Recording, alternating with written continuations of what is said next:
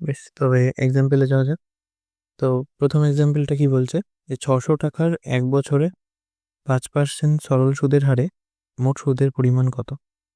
ঠিক আছে, তাহলে আমরা 5% সরল সুদের হার 1 বছরে, তার মানে কি বার্ষিক 5% সরল সুদের হার। তাহলে এখানে আমরা সংজ্ঞায় কি জেনেছি? সরল সুদের হারের সংজ্ঞায় আমরা জেনেছি যে সুদের হার মানে কি, যে 100 টাকার 1 বছরের সুদ যা। ঠিক আছে, তাহলে এখানে কি বলা আছে, আমরা এখনই ফর্মুলাতে যাচ্ছি না, ঐকিক নিয়মে করছি প্রথমে, তারপর ফর্মুলা ডেভেলপ করে ফর্মুলাতে যাব। তো এখানে 1 বছরে 5% সরল সুদ, তার মানে কি, তার মানে হচ্ছে 100 টাকার 1 বছরের সুদ 5 টাকা।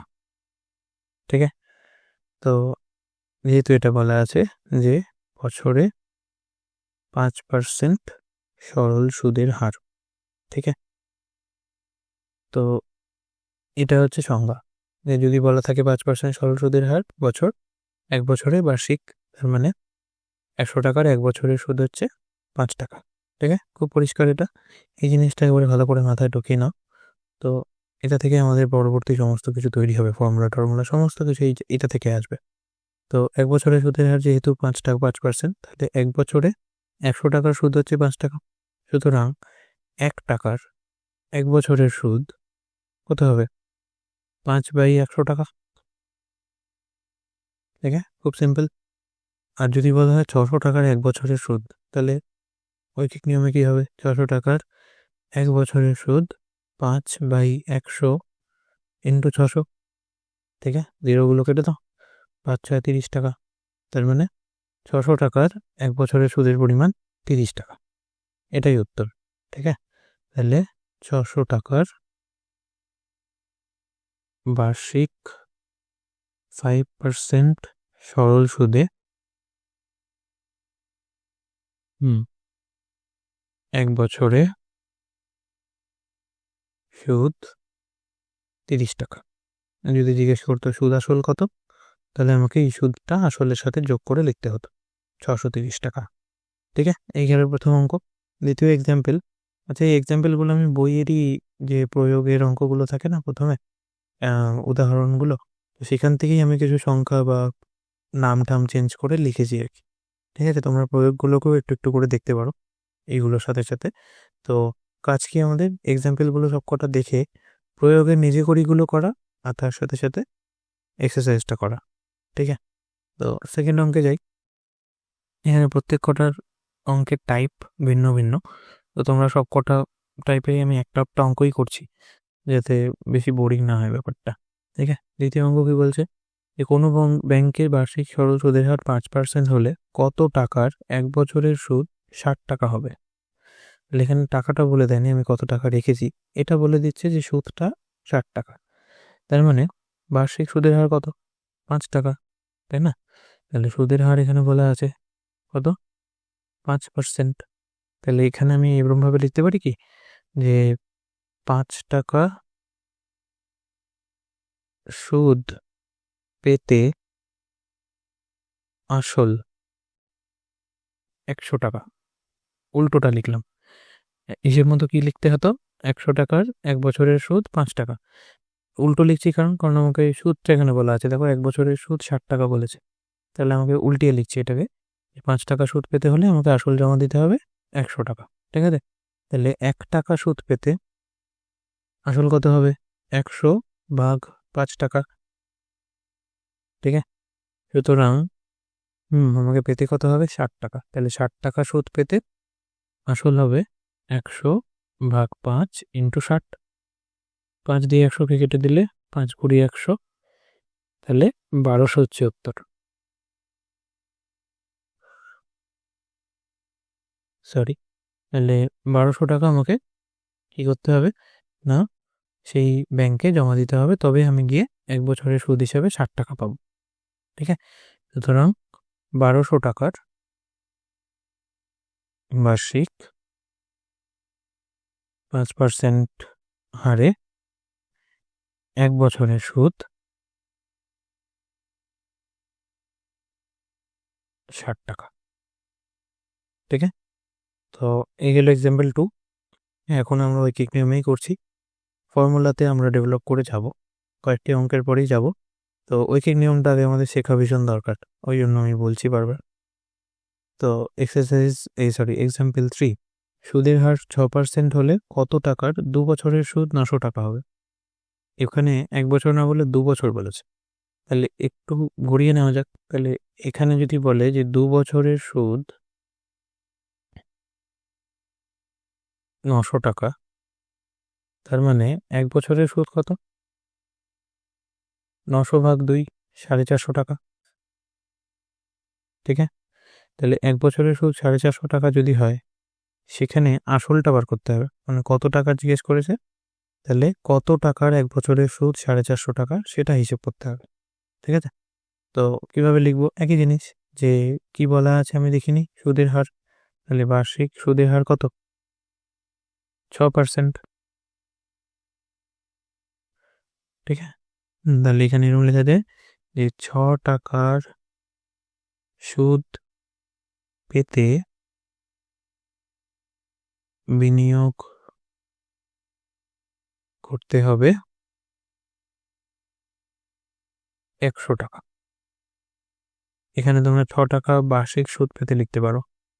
ঠিক আছে, 6 টাকা বার্ষিক সুদ পেতে বিনিয়োগ করতে হবে 100 টাকা, যেহেতু সুদের হার 6%। সুতরাং 1 টাকা বার্ষিক সুদ পেতে বিনিয়োগ করতে হবে কত? 100 ভাগ 6 টাকা। আর তোমাকে কত টাকা পেতে হচ্ছে? 450 টাকা 1 বছরে সুদ পেতে হচ্ছে, তাহলে 450 টাকা সুদ পেতে বিনিয়োগ করতে হবে কত? 100 ইন্টু 450 ভাগ 6। 6 দিয়ে 450 কাটে যায়, 6 7 42, 5 6 30, তার মানে 7500 টাকা আমাকে বিনিয়োগ করতে হবে যদি আমাকে বছরে 450 টাকা সুদ বা 2 বছরে 900 টাকা সুদ পেতে হয়। ঠিক আছে, এগুলো ঐকিক নিয়মে করছি বলে এত লেন্দি হচ্ছে, ফর্মুলা দিলে এক লাইনে হয়ে যাবে। ঠিক আছে, ফর্মুলাতে আমরা ডেভেলপে যাব। বেশ, আরেকটি অঙ্ক লাস্ট ফর্মুলা করার আগে শেখা যাক। নেক্সট, শিবনাথ বাবু একটি সংস্থা থেকে বার্ষিক 12% সরল সুদের হারে 9,000 টাকা ধার নিল। ঠিক আছে, এবার 3 বছরের শেষে তাকে মোট কত টাকা শোধ করতে হবে? কত টাকা শোধ করতে হবে মানে কি? মানে হচ্ছে আমাকে সুদ প্লাস আসল, এই দুটো জিনিস আমাকে শোধ করতে হয়। তো এই জিনিসটাকে একসাথে আমরা বলি সুদ আসল, তার মানে সুদ আসল এখানে বার করতে হবে। ঠিক আছে, তো শিবনাথ বাবু সংস্থা থেকে বার্ষিক 12% সরল সুদের হারে নিয়েছে, সুতরাং 12% বার্ষিক সরল সুদের হারে, ঠিক আছে, 100 টাকার 1 বছরের সুদ কত টাকা? 12 টাকা। এটা তো আমরা জানি যে 100 টাকার 1 বছরের সুদ 12 টাকা, যেহেতু সরল সুদের হার 12%। ঠিক আছে, তাহলে তিনি কত টাকা ধার করলেন? 9,000 টাকা ধার নিলেন। ঠিক আছে, তাহলে 1 টাকার 1 বছরের সুদ কত? 1 টাকার 1 বছরের সুদ 12/100 টাকা। ঠিক, সুতরাং কত ধার নিয়েছে তিনি? 9,000 টাকা। তাহলে 9,000 টাকার 1 বছরের সুদ কত হবে? 12 ইন্টু 9,000 ডিভাইডেড বাই 100। 0 0 কেটে দাও, 9 12 108 আর একটা 0, তাহলে 1080 টাকা তাকে 1 বছরে সুদ দিতে হবে। এবার কত বছরের জন্য নিয়েছে সে? 3 বছরের জন্য। 3 বছরের শেষে তাকে কত টাকা সুদ দিতে হবে তাহলে? এবার আমরা এখানে যদি 1 বছরের জন্য এত টাকা সুদ দেয় সে, তাহলে 9,000 টাকার 3 বছরের সুদ কত হবে? 1 বছরের যা সুদ সেটা 1080 গুণ 3। ঠিক আছে, তাহলে এটা হবে 1000কে 3 দিয়ে গুণ করলে 3,000, 3 8 24, তাহলে 3,240 টাকা। ঠিক, তো 3,240 টাকা তাকে কি দিতে হবে? 3 বছরের সুদ দিতে হবে।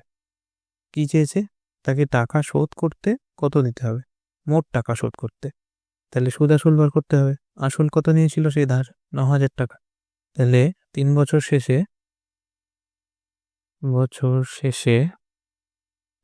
শিবনাথ মোট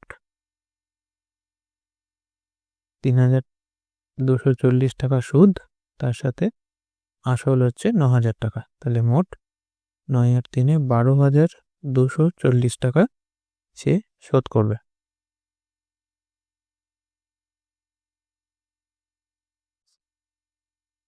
ঠিক আছে, তো এই হচ্ছে শিবনাথের সুদ আসল। এইবার এই পুরো জিনিসটা থেকে আমরা একটু ফর্মুলায় যাওয়ার চেষ্টা করি। তো ফর্মুলায় যেতে গেলে আমাকে কি করতে হবে, আমাকে ঐকিক নিয়মটাকে কাজে লাগিয়েই একটা জিনিস বার করতে হবে। ঠিক আছে, তো এখানে কি কি জিনিস দেওয়া থাকবে কোশ্চেনে, আসল যদি দেওয়া থাকে সেটাকে আমরা লিখবো পি দিয়ে। ঠিক আছে, সুদ যদি আমাদের বার করতে হয়, তাও আবার যদি সরল সুদ হয়, তো সেটাকে আমরা শুধু আই দিয়ে লিখবো, আই ফর ইন্টারেস্ট। সময় যদি আমাদের কোশ্চেনে দেওয়া থাকে সেটাকে টি দিয়ে লিখব। আর সুদের হার যদি আমাদের দেওয়া থাকে তাহলে সেটাকে আমরা স্মল আর পার্সেন্টেজ হিসাবে লিখব। আর যদি আমাকে সুদ আসল জানতে চায় কেউ, সেটাকে আমরা ক্যাপিটাল এ দিয়ে লিখব। ঠিক আছে, তো এই সমস্ত কিছু হয়ে গেল আমাদের নোটেশন, যেটা আমরা ব্যবহার করে কোশ্চেনে ইউজ করবো আর কি। বেশ, তো এবার এখানে R% যদি আমার সুদের হার হয়, তাহলে আমরা কি লিখতে পারি যে 100 টাকার 1 বছরের সুদ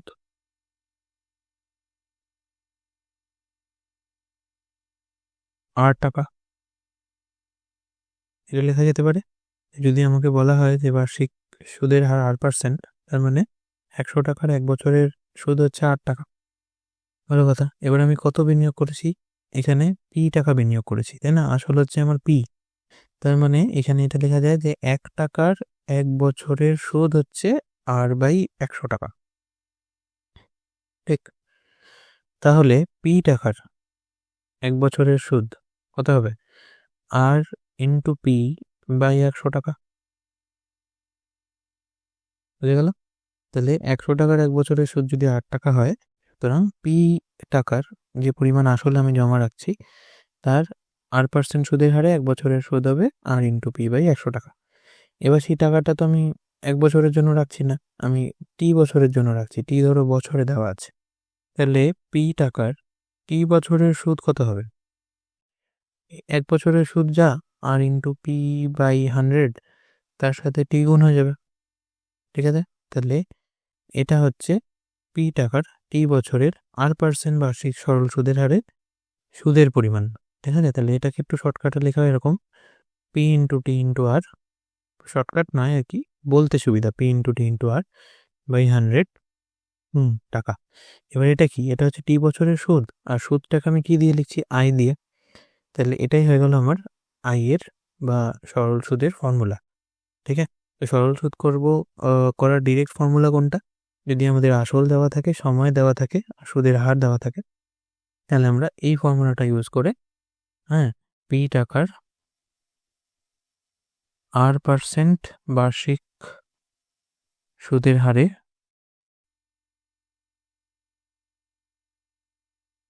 টি বছরের সুদ,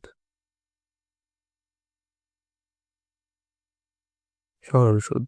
ঠিক আছে, টি বছরের সরল সুদ হচ্ছে এটা আই, পিটিআর বাই 100। তো এই যে ফর্মুলাটা, এটা এবার থেকে আমরা ইউজ করব। ঠিক আছে, তো এটা ইউজ করলে ডাইরেক্ট ওই ঐকিক নিয়মের অত কথা আমাদের লিখতে হবে না, ডাইরেক্ট আমরা সরল সুদ লিখে আই সমান সমান আসল ইন্টু সময় ইন্টু সুদের হার ডিভাইডেড বাই 100 করে ক্যালকুলেট করে নিতে পারবো। শুধুমাত্র দুটো জিনিস আমাকে মনে রাখতে হবে। 1 নম্বর হচ্ছে টি যেন বছরে দেওয়া থাকে, যদি না থাকে তাহলে সেটাকে বছরে নিয়ে যেতে হবে। আর 2 নম্বর জিনিস হচ্ছে আর যেন আমাদের বার্ষিক সুদের হার হয়, তা আবার সরল সুদের হার। ঠিক আছে, তো এটা যদি হয় তবেই আই আমাকে টি বছরের সুদের পরিমাণ দিবে, আর যদি না হয় তাহলে এই ফর্মুলাটা আমরা ইউজ করতে পারবো না। তো এই দুটো জিনিস আমাকে এই ফর্মুলা ইউজ করার আগে খেয়াল রাখতে হবে, যেন টি বছরে থাকে আর যেন আমাদের বার্ষিক সরল সুদের হার হয়। ঠিক আছে, বার্ষিক মানে 1 বছরে সরল সুদের হার যেন আর হয়। ঠিক আছে, তো সেটা আমরা এখানে খেয়াল করব। বাকি অটোমেটিক এটা আমাকে সুদের পরিমাণ বার করে দেবে। আর যদি বলা হয় যে পি টাকার আর% সুদের হারে টি বছর শেষে সুদ আসল কত, তাহলে সুদ আসল মানে কি, যে পরিমাণ আসল আমার ছিল তার সাথে এই সুদটা যোগ হবে। তাহলে এটার ফর্মুলা কি, পি প্লাস আই এর মান যদি বসানো হয় তাহলে P into T into R by 100। ঠিক আছে, এটা হচ্ছে এ এর মান, এ ফর অ্যামাউন্ট, মানে যে পরিমাণ টাকা আমাকে শোধ করতে হবে অথবা আমি সুদ আসল হিসেবে পাবো সেটা হচ্ছে এটা। ওকে, এবার এখান থেকে কিছু প্রপোর্শনের ব্যাপার স্যাপার হয়। প্রপোর্শন মানে কি, আমরা এখনো ভেদ চ্যাপ্টারে যাইনি, তো ভেদে আমাদের কি জানতে হয় যে কোনো ধ্রুবকের সাথে কোনো জিনিস যদি ধ্রুবক হয় তাহলে একটি ভ্যারিয়েবলের সাথে অপর ভ্যারিয়েবল কিভাবে চেঞ্জ হয়। একটি উদাহরণ আমি বলি, ধরো পেনের সংখ্যা, তোমার পেন্সিল বক্সে পেনের সংখ্যা আছে n, আর তোমার পেন্সিল বক্সে মোট পেনের দাম হচ্ছে p for price, n for number of pen. তাহলে নাম্বার অফ পেন যদি বৃদ্ধি পায় তাহলে পুরো পেন্সিল বক্সে যত পেন আছে তার দামও বৃদ্ধি পাবে। তাহলে এখানে n প্রপোর্শনাল টু p। ঠিক আছে, তো সেরকমভাবেই এইখানে যে আমার ভ্যারিয়েবলগুলো রয়েছে, এরকম কী কী রয়েছে আমাদের, ইন্টারেস্ট রয়েছে, প্রিন্সিপাল রয়েছে, টাইম রয়েছে, হ্যাঁ, সুদের হার রয়েছে। তো এই যে ভ্যারিয়েবলগুলো এরা কিভাবে নির্ভর করছে একে অপরের উপর সেটা আমাদের জানতে হবে। তো প্রথম আমাদের এই ফর্মুলাটা এখানে ইউজ হবে, I equals to P into T into R by 100। ঠিক আছে, তো আমরা চাইবো কি, আমরা সবসময়তে চাইবো যে সুদের পরিমাণ যেন আমাদের বেশি হয়, আই এর মান যেন আমরা বেশি পাই। তাহলে সরল সুদ আই প্রপোর্শনাল টু কাদের সাথে প্রপোর্শন, এটা পি এর সাথে প্রপোর্শন। কখন না, যখন এই টি এবং আর ধ্রুবক। এবার এটার মানে কি, এর মানে হচ্ছে যদি আমি টি বছরের জন্য আর% সুদের হারে কোনো টাকা ব্যাংকে বা কোথাও বিনিয়োগ করি তাহলে সরল সুদের পরিমাণ আসলের সাথে সমানুপাতিক। মানে আমি যত বেশি টাকা ইনভেস্ট করব তত বেশি পরিমাণ সুদ পাবো। কখন না, যখন আমি টি বছরের জন্য আর% সরল সুদে কোনো কোথাও জমা দিচ্ছি। তো এই দুটো যদি পরিবর্তিত না হয়, কোনোভাবে বৃদ্ধি না পায় বা না কমে যায়, তাহলে ধ্রুবক মানে কি, যেটা চেঞ্জ হচ্ছে না, সেম রয়েছে, ঠিক আছে, অপরিবর্তিত ধ্রুবক বলতে পারো। তাহলে সেখানে সরল সুদের পরিমাণ আসলের উপর সমানুপাতি, তাহলে আসল যত বাড়বে সুদের পরিমাণ তত বাড়বে।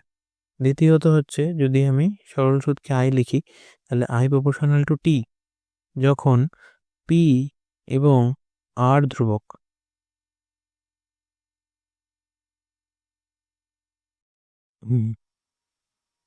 ঠিক আছে, তাহলে পি এবং আর যদি ধ্রুবক হয় তাহলে সেক্ষেত্রে ইন্টারেস্ট যেটা আই সেটা আর এর উপর সমানুপাতি হবে। কেন হবে, টি এর উপর সমানুপাতি হবে। তার কারণ কি, যদি আমি একই পরিমাণ টাকা 2 বছরের জন্য না রেখে 10 বছরের জন্য রাখি তাহলে তো আমার ইন্টারেস্টের পরিমাণ বেশি হবে, তো যত সময় বাড়বে তত আমার ইন্টারেস্ট বেশি গেইন হবে। তো সেই হিসাবে বলতে পারো যে টি এর সাথে সমানুপাতি। যখন আর এবং পি ধ্রুবক, মানে প্রিন্সিপাল যে অর্থটা সেটা আমি বাড়াইনি বা কমাইনি, এবং সুদের হার যদি আমার ফিক্স থাকে বছরের পর বছর, তাহলে সেক্ষেত্রেই শুধুমাত্র এটা হবে, ওই জন্য দুটোকে ধ্রুবক লেখা হয়েছে।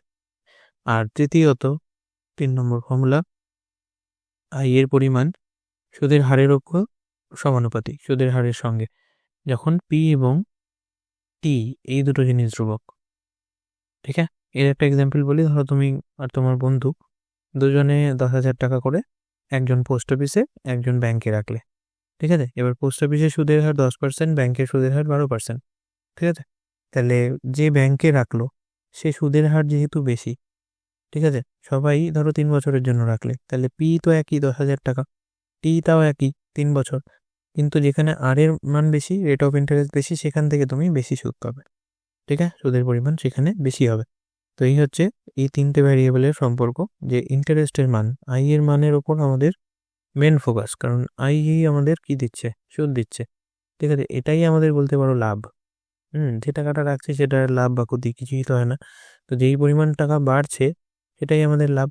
ঠিক আছে, বা যে পরিমাণ টাকা আমাকে বেশি দিতে হচ্ছে কোনো ঋণের ক্ষেত্রে, সেটাই আমাদের লস। ঠিক আছে, তো যে পরিমাণ টাকা আমি বেশি দিচ্ছি সেটা যাতে আমি কমাতে পারি, আর যে পরিমাণ টাকা আমি বেশি পাচ্ছি বিনিয়োগের ক্ষেত্রে সেটা যাতে আমি বাড়াতে পারি, তার জন্য আমার কী করতে হবে, আমাকে বেশি বেশি বিনিয়োগ করতে হবে, তাহলে পি এর মান যত বেশি হবে তত বেশি আমি সুদ পাবো।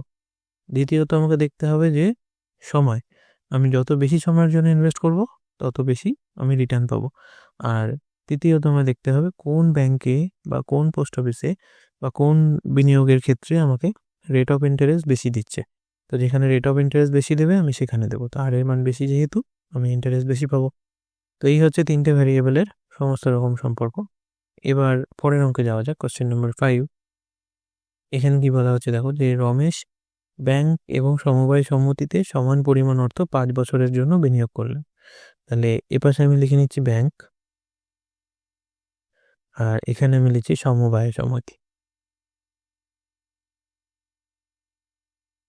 ঠিক আছে, তো কি করলো সে, একই পরিমাণ অর্থ, দেখো বলছে সমান পরিমাণ অর্থ 5 বছরের জন্য বিনিয়োগ করলো। ঠিক আছে, তাহলে আমি আসলটাকে ধরে নিই কিছু একটা, আসলটাকে ধরছি পি।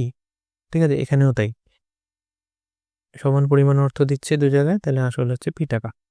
হলো, কত বছরের জন্য জমা দিল, 5 বছরের জন্য, তাহলে সময় বা টাইম সেটা হচ্ছে 5 বছর। দু জায়গাতেই এটা সেম। ঠিক আছে, ব্যাংকেও তাই আর সমবায় সম্মতিতেও তাই। ঠিক আছে, ব্যাংকে ও সমবায় সমিতির বার্ষিক সরল সুদের হার বলা হচ্ছে 5% এবং 8%। তো 5 বছরের জন্য যে বিনিয়োগ করলো, ঠিক আছে, ব্যাংকে সুদের হার কত, সুদের হার 8% সেটা দেওয়া আছে ব্যাংকের ক্ষেত্রে 5%, আর সমবায় সমিতির ক্ষেত্রে সুদের হার 8%। ঠিক আছে, তাহলে এখানে বুঝতে পারছো সমান যদি টাকা হয়, একই সময়ের জন্য যদি আমি বিনিয়োগ করি, তাহলে যেখানে সুদের হার বেশি সে আমাকে বেশি রিটার্ন দেবে। তাহলে তিনি প্রতি ক্ষেত্রে কি পরিমাণ অর্থ সুদ পাবে, তাহলে এখানে সরল সুদ বার করি প্রথমে, আই এর মান এবার ফর্মুলা ইউজ করছি P into T into R by 100। তাহলে রমেশ বাবু সে পি টাকাই রেখেছে, ধরে নিয়েছি আমরা যে একই পরিমাণ অর্থ, তার মানে পি টাকা, সেটা পি এর মান জানি না। টি হচ্ছে 5 বছর, 5 বছরের জন্য রাখছি, আর হচ্ছে 5% ব্যাংকে, ডিভাইডেড বাই 100। তাহলে ব্যাংক থেকে তিনি সুদ হিসাবে পাচ্ছে 25 পি বাই 100, মানে 1/4 অফ পি। এটাকে যদি ভগ্নাংশে লেখো তাহলে কেটে গিয়ে এটা হয়ে যাবে পি বাই 4 টাকা। তাহলে ব্যাংক থেকে পি বাই 4 টাকা তিনি সুদ হিসাবে পেলো, বা 25 পি বাই 100 টাকা সে সুদ হিসাবে পেলো ব্যাংক থেকে। এর পরের কাজ হচ্ছে আমি পোস্ট অফিসে যদি পোস্ট অফিস তো নয়, সমবায় সমিতিতে যদি আমি বিনিয়োগ করি একই পরিমাণ টাকা, তাহলে সেখান থেকে সরল সুদ কত হবে, সমবায় সমিতির সরল সুদ। ঠিক আছে, তাই সেটা হবে আবার একই formula P into T into R by 100। সুতরাং পি এর মান হচ্ছে এখানে পি টাকাই, টি হচ্ছে আমার 5 বছর, আর এর মান হচ্ছে 8% ডিভাইডেড বাই 100। তাহলে এখানে আমি পাবো 5 40 পি বাই 100। ঠিক, তো আরেকটা যদি কাটা হয় 20 দিয়ে কেটে দিলে 2p বাই 5 টাকা। ঠিক আছে, তো এই 2p বাই 5 টাকা আমি কোথা থেকে পাচ্ছি, সমবায় সমিতি থেকে। তো এই দুটোকে যদি তুমি কম্পেয়ার করো, দেখো 25p বাই 100 আর এটা 40p বাই 100, তাহলে 40p বাই 100 যে সে বড়। ঠিক আছে, তাহলে যেখানে সুদের হার বেশি সেখান থেকে আমি বেশি পরিমাণ সরল সুদ পাচ্ছি। এটাই আমাদের যা আর কি মেন জিনিস শেখা, যে কোথায় সুদের পরিমাণ বেশি এবং কোথায় ইনভেস্ট করবো আমরা। তাহলে তিনি প্রতি ক্ষেত্রে কি পরিমাণ সুদ পাবে আমরা দেখলাম। তো এখানে পি এর মান যাই হোক না কেন 25 বাই পি এর থেকে 40 পি বাই 100 বেশি, তাহলে সুদের পরিমাণ হিসেবে সে এই টাকা দুটো পাবে। তো পি এর মান যেহেতু দেওয়া নেই, তো পিতেই উত্তর থাকবে। ঠিক আছে, পরের অঙ্কে যাওয়া যাক, কোশ্চেন নাম্বার 6। এখানে বলা হচ্ছে আমিনা 5,000 টাকা বার্ষিক 5% সরল সুদের হারে একটি ব্যাংকে 3 বছরের জন্য জমা রাখলো। ঠিক আছে, তো আমিনা কি করলো, কত টাকা নিচ্ছে সে, 5,000 টাকা। তাহলে আসল কত, আসল হচ্ছে তার প্রিন্সিপাল, সেটা হচ্ছে 5,000 টাকা। ঠিক আছে, তাহলে 5,000 টাকা বার্ষিক সুদের হার, সুদের হার হচ্ছে 5% সরল সুদের হারে একটি ব্যাংকে 3 বছরের জন্য, তাহলে সময় কত বছরের জন্য সে বিনিয়োগ করছে, টাইম সে হচ্ছে 3 বছরের জন্য বিনিয়োগ করলো, ঠিক আছে, জমা রাখলো। তবে তার বন্ধু 6,000 টাকা একই ব্যাংকে কতদিন রাখলে একই পরিমাণ সুদ পাবে? বেশ, তাহলে আমিনার সাথে সাথে ওর এক বন্ধু ছিল, সে কি করলো ওই একই ব্যাংকে, তাহলে আমিনার যে বন্ধু সে কি করলো, সে আসল হিসেবে একটু বেশি পরিমাণ অর্থ রাখলো, মানে 6,000 টাকা রাখলো, ঠিক আছে। একই পরিমাণ অর্থ যদি রাখতো তাহলে পরে এখানে কোশ্চেনটা সোজা হয়ে যেত যে আমিনাকে যতদিন রাখতে হয়েছে ওকেও ততদিনই রাখতে হবে, যেহেতু আসলটা সেম। এবার যেহেতু আসল বেড়ে গেছে তার মানে কি সময়টা বন্ধুর অত লাগবে না, কম সময়তেই বন্ধু সেম পরিমাণ ইন্টারেস্ট পাবে। তো সেটা ক্যালকুলেট করতে হবে। সুদের হার যেহেতু একই ব্যাংকে রাখছি তাহলে সুদের হার রাখি, ঠিক আছে, সুদের হার 5% সরল সুদ, তাহলে 5%। আর সময়ে এটা বন্ধুর ক্ষেত্রে বার করতে হবে যে ওর কত সময় লাগবে, ঠিক আছে। তাহলে বন্ধুর 6,000 টাকা একই ব্যাংকে কতদিন রাখলে টি বার করতে হবে, একই পরিমাণ সুদ পাবো। তাহলে এখান থেকে যে সুদ আমি পাবো এটি আগে ক্যালকুলেট করি, সরল সুদ, ঠিক আছে। আই তার formula P into T into R by 100, ঠিক আছে। পি হচ্ছে 5,000 টাকা রেখেছে আমি না 3 বছরের জন্য, টি তাহলে 3, আর হচ্ছে 5%, তাহলে 5/100 কেটে দাও, জিরোগুলো কাটা, 5 5 25 ইন্টু 3 75, 0। তাহলে ইন্টারেস্ট হচ্ছে 750 টাকা, ঠিক আছে। এই 750 টাকা ইন্টারেস্ট কে পেলো, আমিনা পেলো, ঠিক আছে। এবার আমিনা এই 750 টাকা ইন্টারেস্ট পাচ্ছে কত বছরে, 3 বছরে ওই ব্যাংক থেকে। তাহলে এবার এই সেম পরিমাণ ইন্টারেস্ট পেতে হবে কাকে, ওর বন্ধুকে।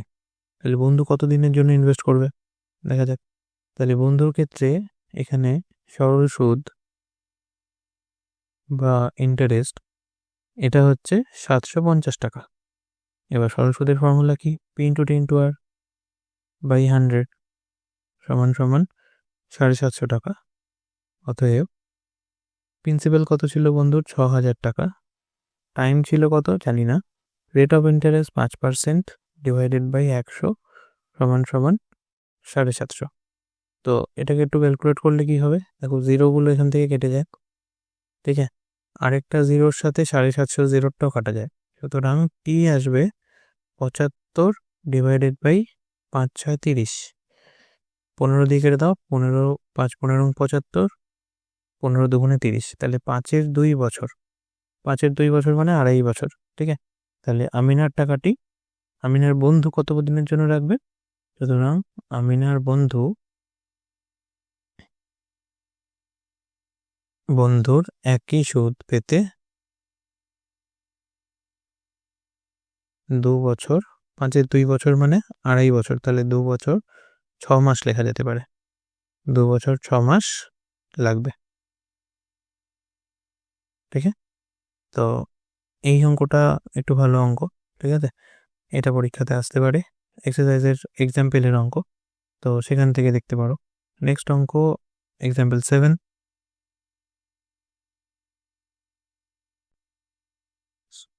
সাথের অঙ্কটা দেখো কি বলছে যে কত টাকা বার্ষিক 8% সরল সুদে 5 বছরে সুদে আসলে 16,800 টাকা হবে। তাহলে এখানে সুদের হার বলা আছে 8%, সুতরাং আমরা এখানে ধরে নিই যে আসলটা যেহেতু বলা নেই তাহলে আসল ধরছি আমরা পি টাকা, ঠিক আছে। তাহলে পি টাকা, সময় কত, সময় হচ্ছে আমাদের 5 বছর, তাহলে টাইম সেটা হচ্ছে 5 বছর। সুদের হার কত, সুদের হার বলা আছে 8%, তাহলে সেটা সরল সুদের হারকে আমরা 8 দিয়ে লিখি, তাহলে আর হচ্ছে 8%। সুদ আসল বলা আছে দেখো, তাহলে সুদে আসলে সেটা 16,800 টাকা হচ্ছে।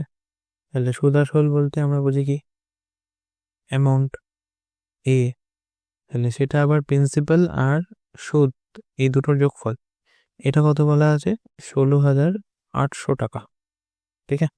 তাহলে প্রশ্ন অনুযায়ী আমরা এটা লিখতে পারি যে প্রিন্সিপাল প্লাস ইন্টারেস্ট এটা যেহেতু আমার 16,800 টাকা, বা এখানে প্রিন্সিপাল তো আমরা জানি না, ইন্টারেস্টের যদি ফর্মুলাটা লিখি সেটা কি, তাহলে প্রিন্সিপাল পি ইন্টু টি, টি হচ্ছে এখানে 5 বছর, ইন্টু আর হচ্ছে 8% ডিভাইডেড বাই 100 সমান সমান 16,800। বা এখানে একটু লসাগু করি, তো লসাগুরও দরকার নেই, পি কে যদি আমি কমন নিই, ঠিক আছে, তাহলে এখানে এটা হয়ে যাবে 1 প্লাস 5/40 বাই 100 ইকুয়ালস টু 16,800। এবার একটু লসাগু করলে হবে পি ইন্টু লসাগু করলে 100, উপরে আসবে 100 প্লাস 40 ইকুয়ালস টু 16,800। ডান দিকে যাওয়া যাক, তাহলে নেক্সট লাইনে পি সমান সমান লেখা যায় 16,800 গুণ 100 ভাগ 140। ঠিক, তো জিরোগুলো কেটে দাও, একটা জিরো কেটে যায়, 14 দিয়ে 168 কাটে, 14 একে 14, 28, 14 দুগুণে 28, তাহলে এখান থেকে 1200 আর এই জিরোটা মিলে 12,000। সুতরাং 12,000 টাকার 8% সুদের হারে 5 বছরের সুদ আসল 16,800 টাকা। তাহলে উত্তর আমরা লিখব কি 12,000 টাকার 8% সরল সুদে, ঠিক আছে, 5 বছরে সুদ আসল 16,800 টাকা। ঠিক আছে, খুব সোজা। পরের অঙ্কে যাওয়া যাক। এখানে বলা হচ্ছে কি বার্ষিক শতকরা কত হার সরল সুদে 910 টাকার 2 বছর 6 মাসের সুদ আসল 955.50 সেটা হবে। ঠিক আছে, তাহলে কি কি দেওয়া আছে, বার্ষিক শতকরা কত হার সরল সুদে বলেছে, তাহলে আমরা ধরে নেব যে শতকরা সরল সুদের হার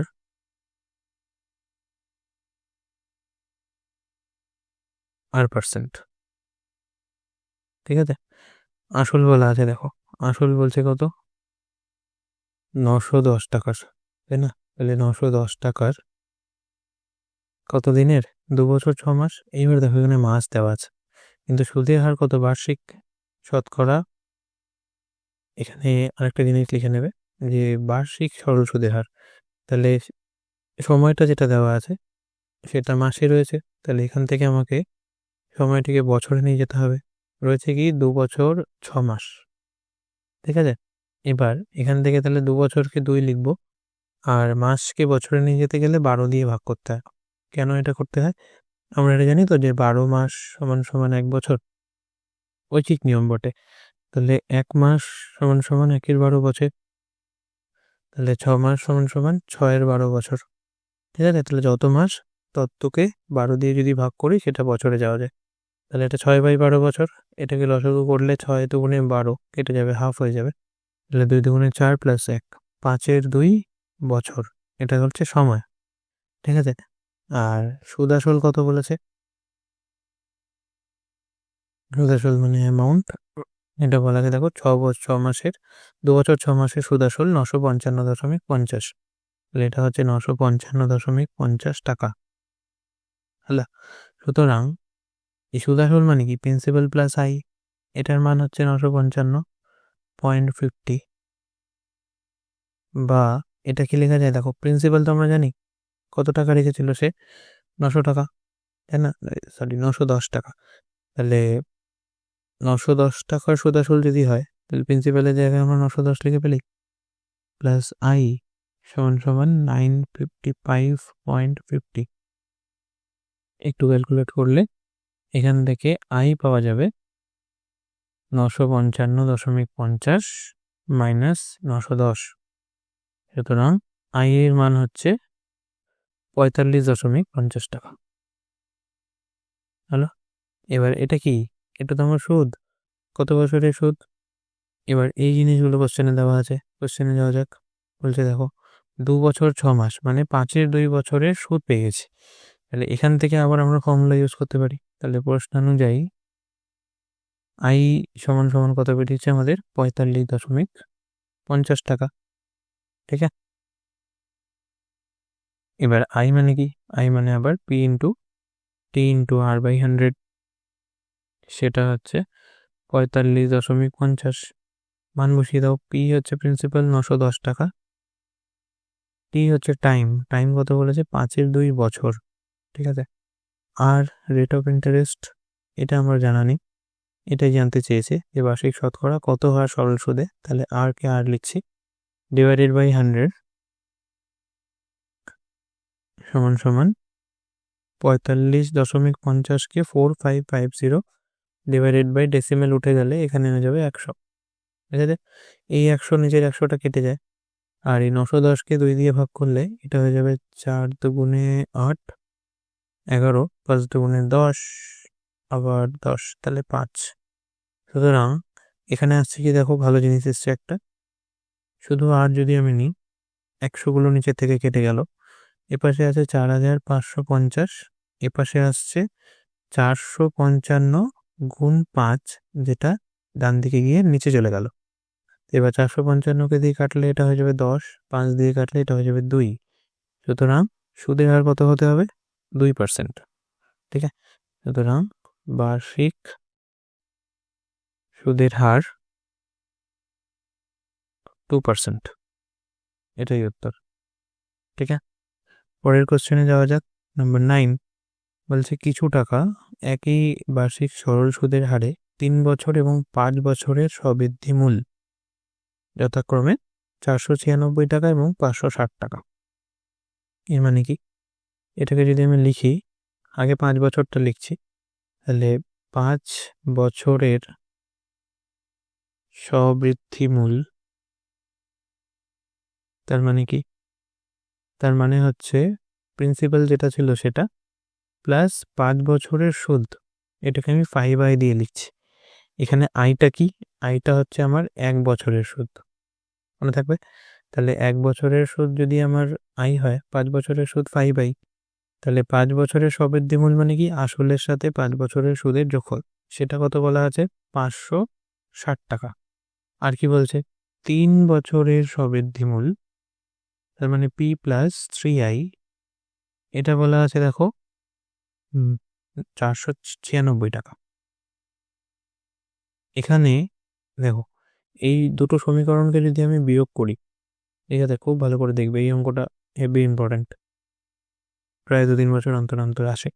তো এখানে পি গুলো কেটে যায়, তাহলে 5i মাইনাস 3i করলে কি থাকে 2i, এপাশে 560 থেকে 496 বিয়োগ করলে 496, 500 মানে 4, আর ওদিকে 60, তার মানে পড়ে থাকবে 64।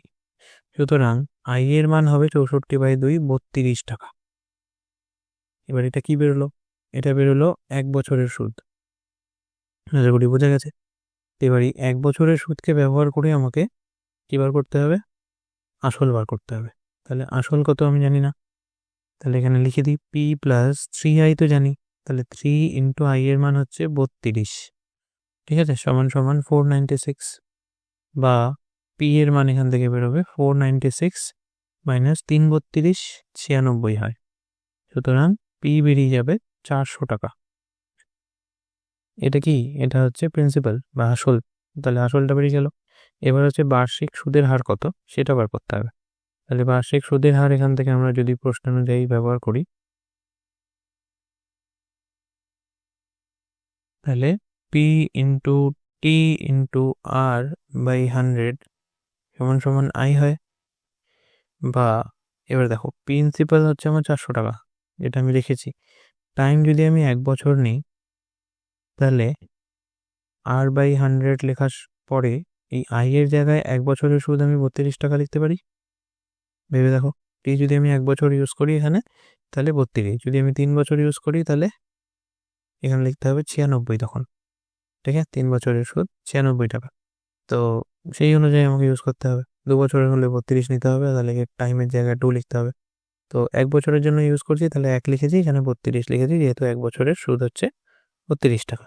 এবার এটাকে যদি আমরা সমাধান করি, এখানে করছি ডান দিকে, তাহলে আর এর মান হবে 32 ইন্টু 100, 3200 ডিভাইডেড বাই 400, কেটে কুটে 4 8 32, সুতরাং আর এর মান হবে 8%।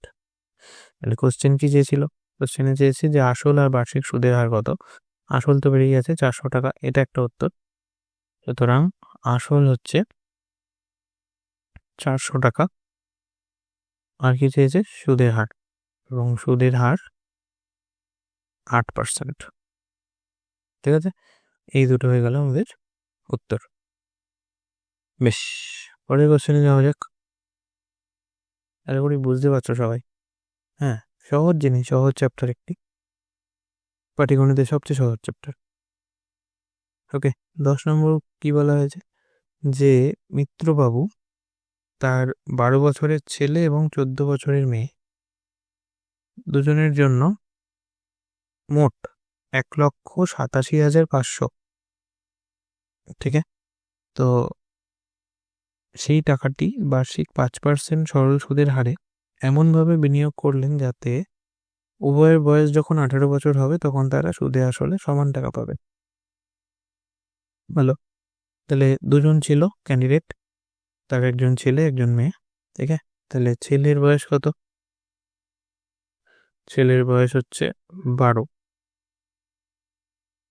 ঠিক আছে, আর মেয়ের বয়স কত, মেয়ের বয়স হয়ে গেল 14 বছর।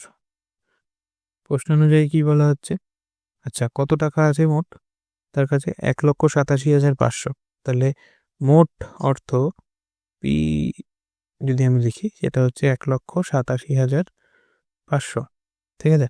তাহলে আমি ধরছি তিনি ছেলের জন্য X টাকা রাখলেন, ঠিক আছে, তাহলে কি হবে, ছেলের জন্য X টাকা কোথায় বিনিয়োগ করলেন, কোথাও বলা নেই এটা, তাহলে ছেলের জন্য X টাকা বিনিয়োগ করলেন লিখি। সুতরাং মেয়ের জন্য কত বিনিয়োগ করে তাহলে বাকি টাকাটা, তাহলে মেয়ের জন্য এখানে বলা আছে 1,87,500 মাইনাস X, তাহলে এত টাকা বিনিয়োগ করেন। এবার কি বলেছে দেখো, যে ব্যাংকে সুদের হার কত 5%, তাহলে আমি সব জিনিস এখানে লিখে নিই। প্রিন্সিপাল দুজনেরটা আলাদা আলাদা আছে, ব্যাংকে সুদের হার আর এটা বলা আছে 5%, ঠিক আছে। এবার টাইম তো দুজনের আলাদা, হ্যাঁ, ছেলে 18 বছর হতে গেলে তার লাগবে 6 বছর, যেহেতু তার বর্তমান বয়স 12, আর মেয়ের ক্ষেত্রে লাগবে সেটা 4 বছর। তাহলে প্রশ্ন অনুযায়ী এটা কি লেখা যায়, দেখো তারা বলছে সুদে আসলে একই টাকা পাবে, তাই না, উভয়ের বয়স যখন 18 বছর হবে তখন তারা সুদে আসলে সমান টাকা পাবে। তাহলে ছেলের ক্ষেত্রে যদি আমার প্রিন্সিপালটা X টাকা হয়, তাহলে এই X টাকার কত বছরের সুদ বার করতে হবে আমাকে, X তো আমার হয়ে গেল আসল, আর সুদ হচ্ছে আমাকে P হচ্ছে X, P টাকা যেহেতু জমা করে, তাহলে P টাইম হচ্ছে ছেলে 12 থেকে 18 বছর হবে, তার মানে 18 মাইনাস 12, 6 বছর হচ্ছে ছেলের টাইম, যতদিন ছেলের জন্য রাখা টাকাটি ব্যাংকে থাকবে। আর ব্যাংকে সুদের হার 5% বলা আছে, তাহলে B into D into R by 100, এটা সমান সমান মেয়ের জন্য যে পরিমাণ অর্থ রাখে 1,87,500 মাইনাস X, এই অর্থটার সাথে আবার 1,87,500 মাইনাস X, এই টাকাটার আবার 4 বছরের সুদ হবে। কেন না, মেয়ের বয়স তো 14, তাহলে 18 হতে গেলে 4 বছর দরকার, 4 বছরে সুদের পরিমাণ কত, সুদের হার 5% ডিভাইডেড বাই 100, ঠিক আছে। আশা করি বোঝা গেছে এই লাইনটা। তো প্রশ্ন অনুযায়ী তাদের বয়স যখন 18 বছর হবে তারা সুদে আসলে সমান টাকা পাবে। ছেলের ক্ষেত্রে আসল ছিল X, তাহলে সুদ হবে X ইন্টু 6 ইন্টু 5, যেহেতু ছেলের বয়স 12, তাহলে 18 হতে 6 বছর সময় সে নেবে। আর মেয়ের ক্ষেত্রে আছে 1,87,500 মাইনাস X বাকি টাকাটা, তো এই টাকাটা মেয়ের 14 বছরের মেয়ে, তার 18 বছর অবধি হতে গেলে 4 বছরের জন্য ব্যাংকে থাকবে, তাহলে 4 বছরের 5% হারে সুদ হচ্ছে এটা। এবার এই দুটো জিনিস কোশ্চেনে বলা হয়েছে কি, যখন তারা 18 বছরের হবে সুদে আসলে সমান টাকা পাবে, তার মানে কি ছেলের যা সুদ আসল এইটা, এটার সাথে মেয়ের সুদ আসল সমান হবে, এটাই লিখেছি আমি, হয়ে গেল। তো এবার এটাকে একটু লসাগু করলে এখানে হবে 100x plus 5 6 30x divided by 100 equals to, এদিকে এই 187,500 মাইনাস এক্সকে আমি কমন নিচ্ছি, তাহলে পড়ে থাকে 1 প্লাস 4 × 5 = 20/100। ঠিক, আবার এখান থেকে এটাকে যোগ করলে হবে 130x/100। এপাশ থেকে আসছে আমার 18,000, এই 1,87,500 মাইনাস এক্স ইন্টু এটা লসাগু করলে হবে 120 হোল ডিভাইডেড বাই 100। ঠিক, তো এখানে 100গুলো কেটে দেওয়া যায়, 120 ডান দিকে আসবে মাইনাস হয়ে, বাম পাশে আসলে যোগ হয়ে যাবে। তাহলে 130 প্লাস 120 করলে 250x সমান সমান 187,500 ইন্টু 120। 120 সাথে দুজনেই গুণ হয়েছে, এটা গুণ হয়ে বাম দিকে এসছে বলে যোগ হয়ে 250 হয়ে গেছে, বাকি তো আছে। তো এবার এখান থেকে যদি এক্স এর মান বার করা হয় সেটা হবে 1,87,500 ইন্টু 120 ডিভাইডেড বাই 250। ঠিক আছে, তো এই জিনিসটা যদি ক্যালকুলেট করো, এটা থেকে আসবে হচ্ছে জিরোগুলো কেটে যাবে, আর 1,87,500কে 25 দিয়ে যদি কাটা যায় তাহলে এখানে হবে 7,500 আই থিঙ্ক। 7,500ই আসবে, কেটে দেখো। তাহলে 7,500 ইন্টু 12 যদি করো তাহলে সেখান থেকে এক্স এর মান আসবে 90,000। 75 ইন্টু 12 করলে 5 বারং 60 শূন্য, হাতে 6, 6 বারং 72, 7 বারং 84, আর 6 90। ঠিক আছে, তাহলে 90 আরও দুটো শূন্য, 900 ইন্টু শূন্য 90,000। ঠিক আছে, তাহলে ছেলের জন্য সে 90,000 টাকা রেখেছে। ঠিক আছে, সুতরাং ছেলের জন্য 12 বছরের ছেলের জন্য লিখতে পারো, ছেলের জন্য বিনিয়োগ করে 90,000 টাকা। এবং মেয়ের জন্য তাহলে কত বিনিয়োগ করবে, বাকি টাকাটা? তাহলে মেয়ের জন্য বিনিয়োগ করবে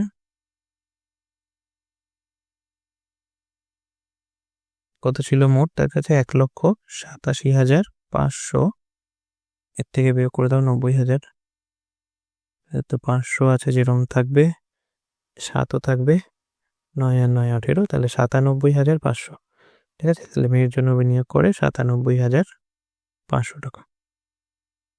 ব্যাস, এই গেল উত্তর। ঠিক আছে, এই অঙ্কটাও একটু ইম্পর্টেন্ট।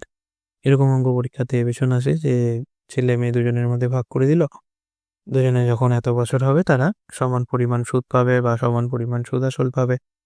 তো যেরকম যা বলা থাকবে সেই অনুযায়ী আমাদের প্রশ্ন অনুযায়ী তৈরি করে সেটাকে সমাধান করতে হবে।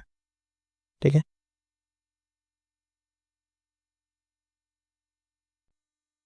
বেশ, তবে এর পরের অঙ্ক যাওয়া যাক। Question number 11।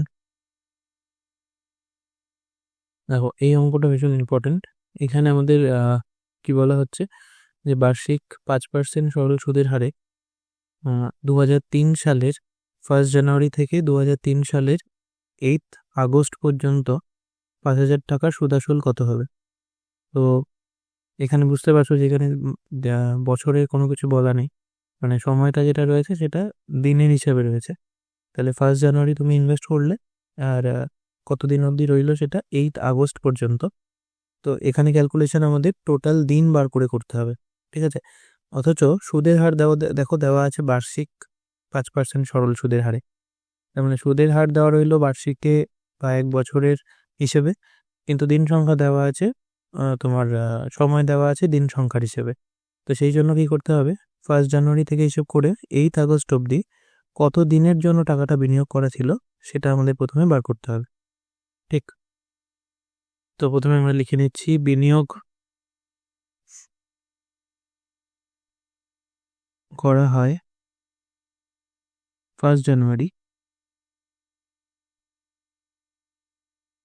ঠিক, এবং সুদ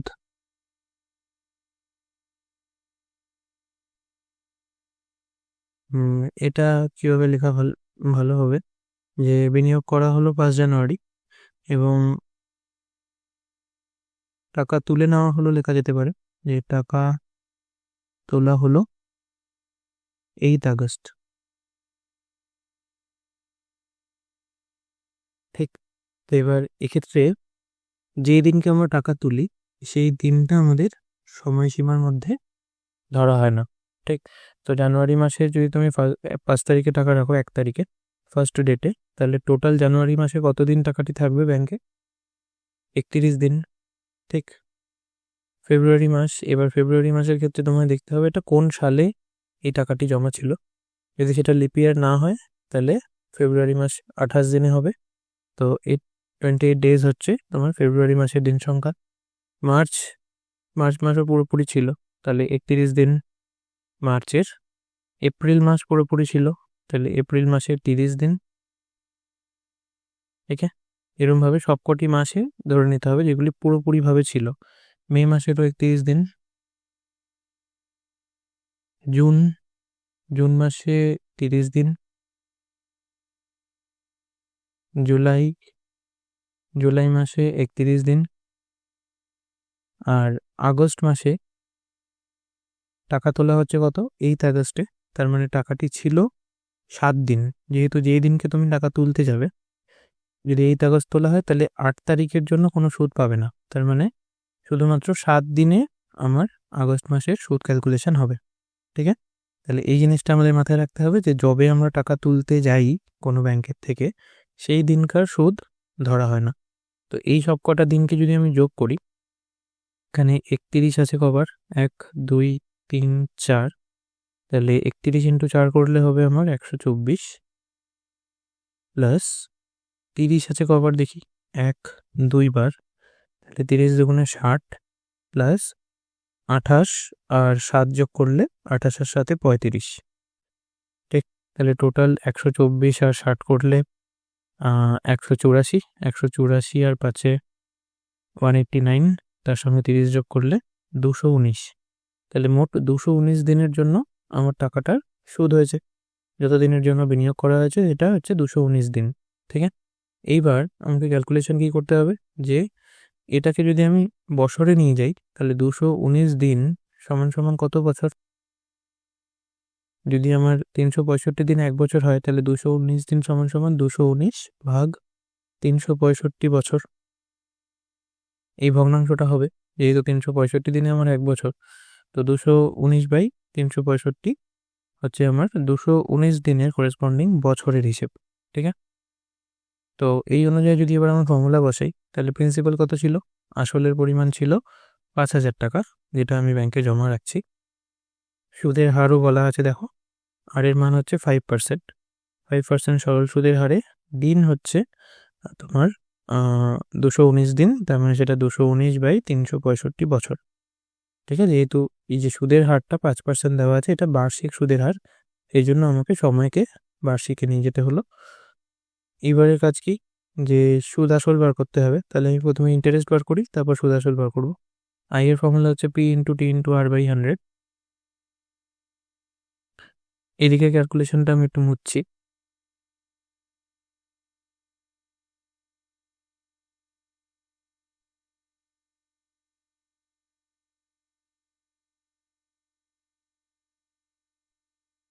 বেশ, তো এবার এখানে যদি মান বসানো হয় তাহলে আই এর মান হচ্ছে P into T into R, তাহলে P এর মান হচ্ছে 5,000 ইন্টু টাইম হচ্ছে 219 ভাগ 365 ইন্টু আর হচ্ছে 5%, তাহলে 5 ডিভাইডেড বাই 100। এখানে জিরোগুলো কেটে দেওয়া যাবে, তাহলে পড়ে রইল কি 50 ইন্টু 219 ইন্টু 5 ডিভাইডেড বাই 365। 5 দিয়ে 365কে কাটলে হয় 5 7 35, 15, 3 5 15, 73 দিয়ে 219 কেটে যায় 3 হবে, তাহলে সুদ আসছে কত? 50 ইন্টু 3 150 টাকা, ঠিক আছে? তো সুদ যেহেতু 150 টাকা, সুদ আসল তাহলে কত হবে? সুদ আসল ওরা জানতে চেয়েছে কোশ্চেনে।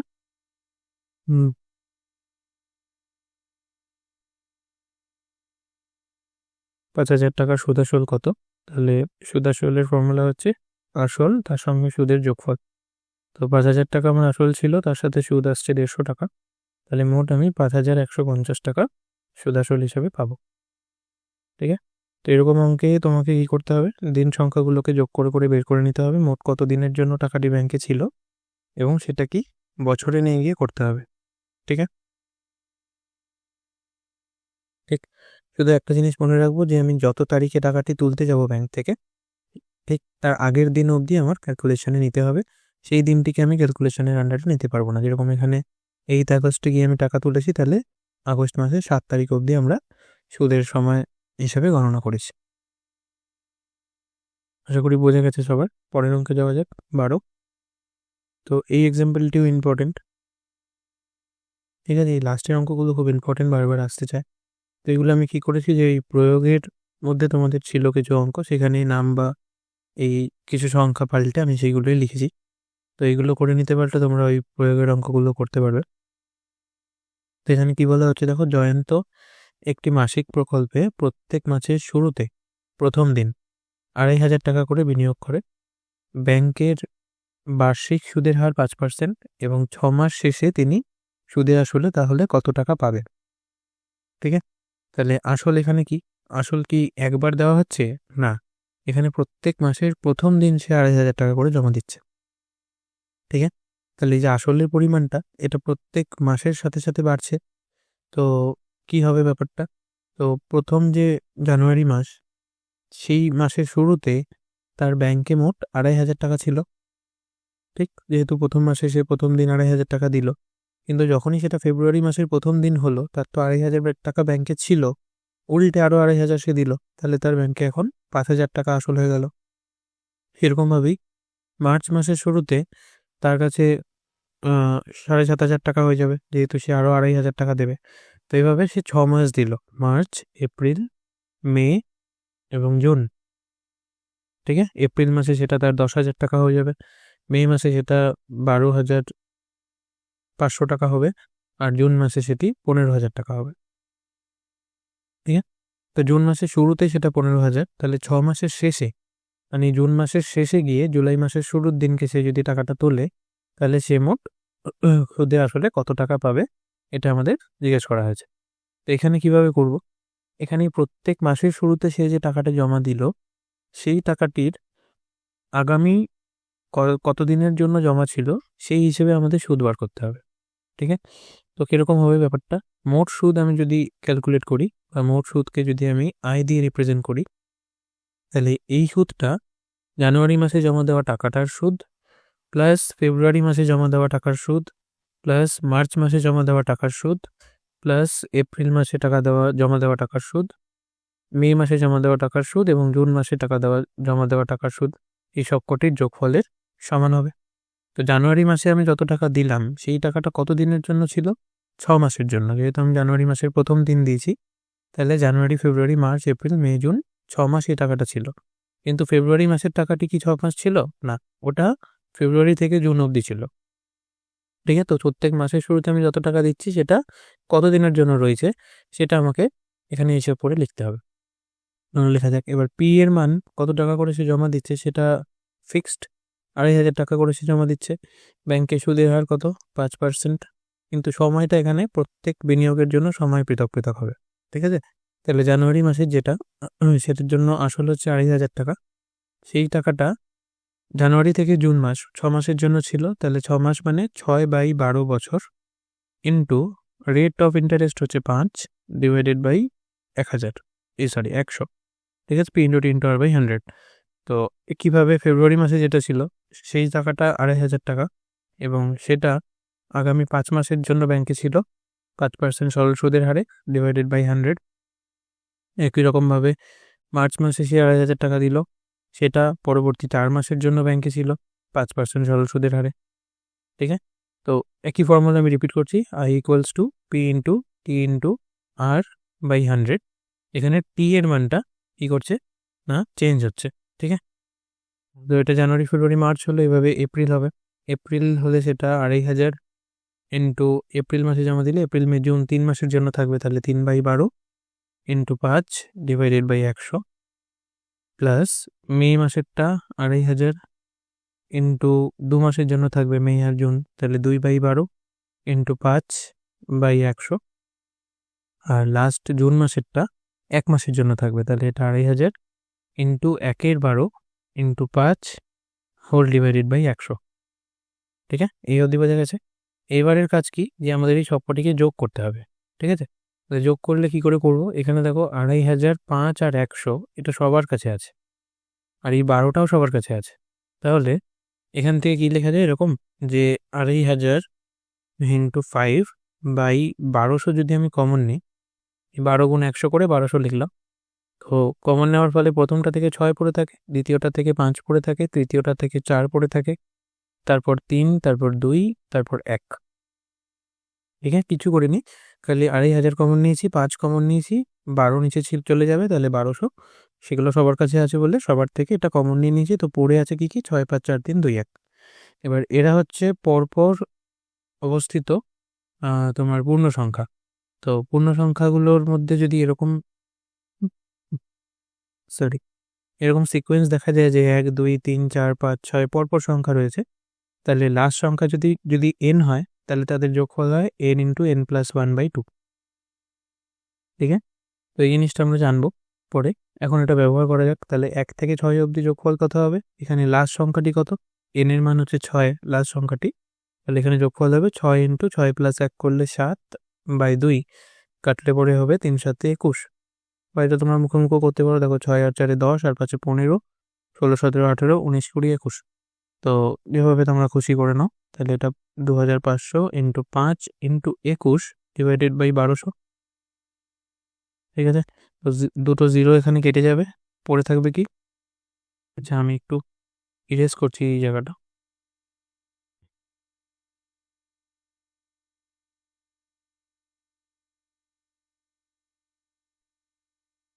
বেশ, তো পড়ে রইল কি? 25 ইন্টু 5 ইন্টু 21 ডিভাইডেড বাই 12। 12কে কাটা যাবে 3 দিয়ে, 3 4 12, 3 7 21, আর কিছু কাটছে না মোটামুটি। তাহলে এখান থেকে আমাদের উত্তর কত হবে? 25 ইন্টু 5 করলে 125, 125 ইন্টু 7 875 ডিভাইডেড বাই 4। এটা ক্যালকুলেট করলে আসবে 218.75। ঠিক আছে, তো এটা হচ্ছে আমার ওই 6 মাস অন্তরে আমি সুদ হিসাবে 218.75 টাকা পাবো মোট। ঠিক আছে, 6 মাসের সুদ হিসাবে আমি মোট 218.75 টাকা পাবো। এবার কি জানতে চেয়েছে, এই 6 মাসের শেষে তিনি সুদে আসলে মোট কত টাকা পাবে? তাহলে সুদে আসলে বলতে আসল এবার তার কত জমা হয়েছে? 15,000 টাকা তার আসল জমা হয়ে গেছে।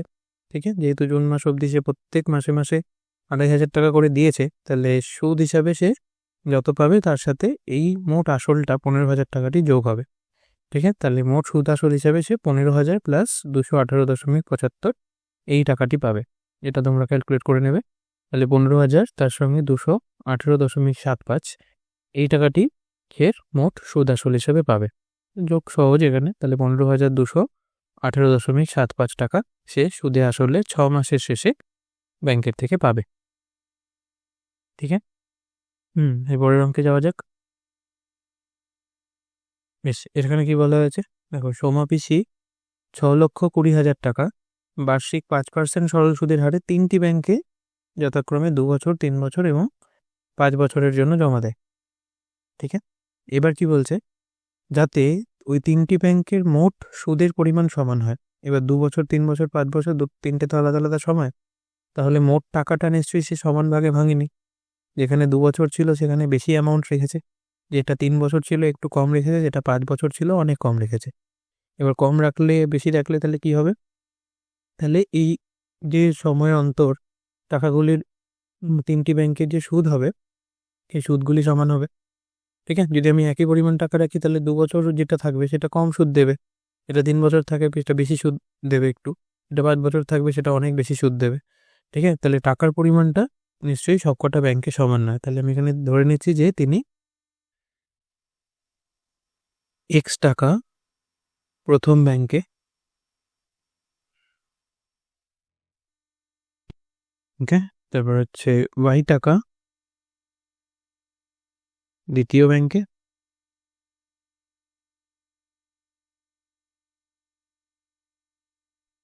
এবং জেড টাকা তৃতীয় ব্যাংকে জমা দেন।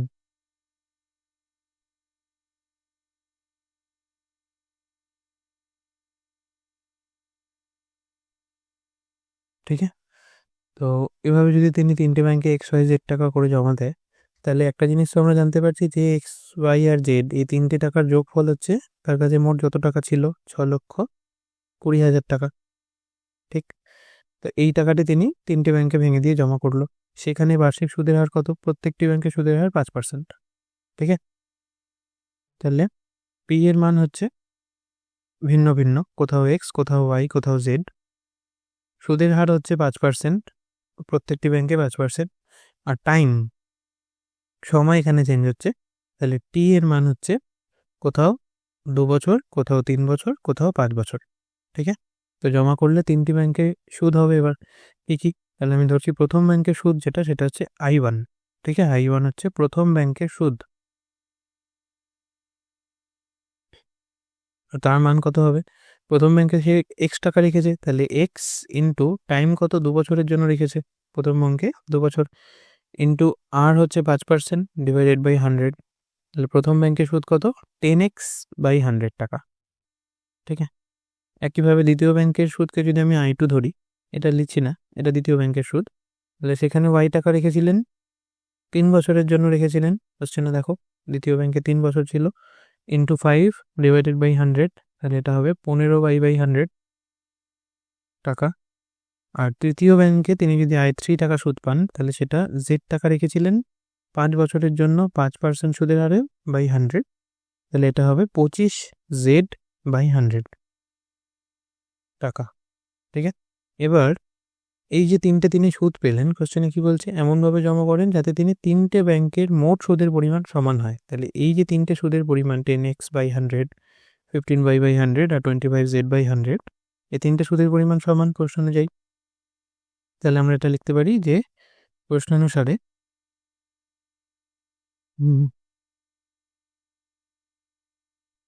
I1 equals to I2 equals to I3, অথবা I1 এর জায়গায় 10x/100 সমান সমান 15y/100 সমান সমান 25z/100।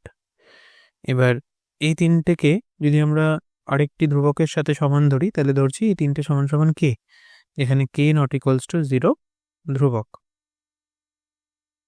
ঠিক আছে, এবার কি করা যাক? এবার এখান থেকে 10x/100 যদি কে হয়, তাহলে x এর মান কত হবে? 100k/10 লেখা যায়। যেহেতু আমরা এটা কে ধরছি, তাহলে x এর মান হচ্ছে 100k/10, ক্রস গুণ হলো, তো এখানে 0 0 কেটে গেলে x এর মান হচ্ছে 10k। একইভাবে y এর মান কত হবে? 100k/15। ঠিক আছে, তো এখানেও কিছু কাটা যায়, 15কে 5 দিয়ে কেটে দাও, তাহলে এটা হয়ে যাবে 3, এটা কাটলে হবে 20k, তাহলে 20k/3 হচ্ছে y এর মান, আর z এর মান আসবে 100k/25, তার মানে 4k। ঠিক আছে, তো এইগুলো হলো XYZ এর সাথে k এর সম্পর্ক। এবার কোশ্চেনে বলা ছিল তার কাছে মোট 6,20,000 টাকা ছিল, তাহলে XYZ এর সমষ্টি 6,20,000, এটাও লেখা যায়। আবার লিখছি x plus Y plus Z সমান সমান 6,20,000। এবার মান বসিয়ে দাও, x এর মান হচ্ছে শুধু 10k, y এর মান হচ্ছে 2k/3, সরি 2k নয়, এটা 20k ভুল হলো।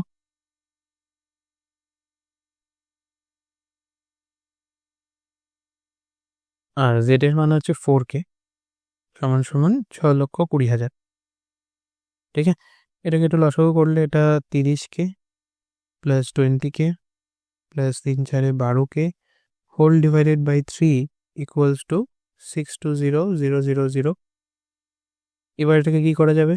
যদি আমরা যোগ করে দিই উপরে 30 আর 20 50 60 62কে সমান সমান এ পাশে আসলে এটা হয়ে যাবে 620,000 ইন্টু 3, বা কে এর মান আসবে 620,000 ইন্টু 3 ডিভাইডেড বাই 62। 62 কেটে দাও, তাহলে এখানে হয়ে যাবে 10,000, সুতরাং কে এর মান হচ্ছে 30,000।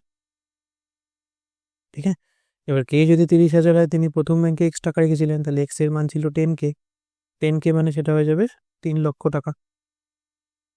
ঠিক আছে, 30,000 এর সাথে একটি 0 গুণ, বেশ। আর হচ্ছে y এর মান ছিল কত? 20k/3, মান বসিয়ে দাও, তাহলে 20 ইন্টু কে এর মান হচ্ছে 30,000 বাই 3 করলে এটা হয়ে যাবে 10,000, সুতরাং 2 লক্ষ টাকা। আর জেড এর মান হচ্ছে 4K, তাহলে এটা হয়ে যাবে 4 ইন্টু 3, 3 4 12, তাহলে 1,20,000 টাকা। ঠিক আছে, তো প্রথম ব্যাংকে তিনি 3 লক্ষ, দ্বিতীয় ব্যাংকে 2 লক্ষ এবং তৃতীয় ব্যাংকে 1,20,000, তাহলে টোটাল 3 4 5 6,20,000 টাকা সে তিনটে ব্যাংকে এভাবে বিনিয়োগ করে। ঠিক আছে, এবার যেখানে দেখো বেশি সময়ের জন্য ছিল এটা জেড, সেখানে কম টাকা, কিন্তু যেখানে কম সময়ের জন্য ছিল যেরকম প্রথমটা এক্স, সেখানে বেশি টাকা রেখেছে সে। কেন না, যাতে সুদের পরিমাণটা সমান হয়। আমরা বলেছি যে সুদের পরিমাণ সবসময়তে সময়ের সাথে সমানুপাতি। এবার সময় যদি বেশি দেওয়া হয় তাহলে সেক্ষেত্রে সমান সুদ পেতে গেলে তোমাকে কি করতে হবে, বেশি সময় হলে সেখানে সুদের পরিমাণ একই যদি পেতে হয় তাহলে কম বিনিয়োগ করলেও হবে। ঠিক আছে, আর যদি সেখানে সময় কম থাকে তাহলে তোমাকে আসলের পরিমাণ সেখানে বেশি জমা দিতে হবে। তো এই হলো তিনটে উত্তর, 3 লক্ষ, 2 লক্ষ এবং 1,20,000। এটা সমাবেশী কিভাবে জমা করেছিলেন টাকাটি দেখো, এখানে জিজ্ঞেস করেছে তিনি কোন ব্যাংকে কত টাকা বিনিয়োগ করলেন, তাহলে উত্তর হবে তিনি প্রথম ব্যাংকে 3 লক্ষ। ঠিক আছে, তাহলে তিনি প্রথম ব্যাংকে 3 লক্ষ টাকা, দ্বিতীয় ব্যাংকে 2 লক্ষ টাকা এবং তৃতীয় ব্যাংকে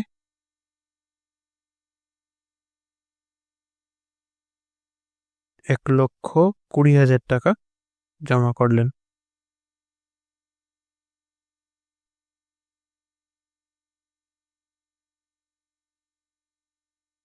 ঠিক আছে, তো বেশ এই কটি অঙ্ক আমরা এক্সাম্পল হিসেবে করলাম, যেগুলি আমাদের বইতে প্রয়োগে ছিল বা নিজে করিতে ছিল। আর এরপর আমার মনে হয় এক্সারসাইজে চলে যাওয়া বেটার। তো এক্সাম্পল হিসেবে বাকি যে অঙ্কগুলো আমি করলাম না বা বইতে করে দেওয়া আছে, সেগুলো তোমরা বই দেখে দেখি প্র্যাকটিস করবে, বা বই না দেখে খালি কোশ্চেনটা লিখে নিয়ে নিজেরা করার চেষ্টা করবে। তো ওইগুলো একবার করে ফেললে তারপর এক্সারসাইজে যাবে। ঠিক আছে, তো আমরা পরের ভিডিওতে কোষে দেখি 2 এর যে অঙ্কগুলো আছে সেগুলি সবকটি করব। Thank you.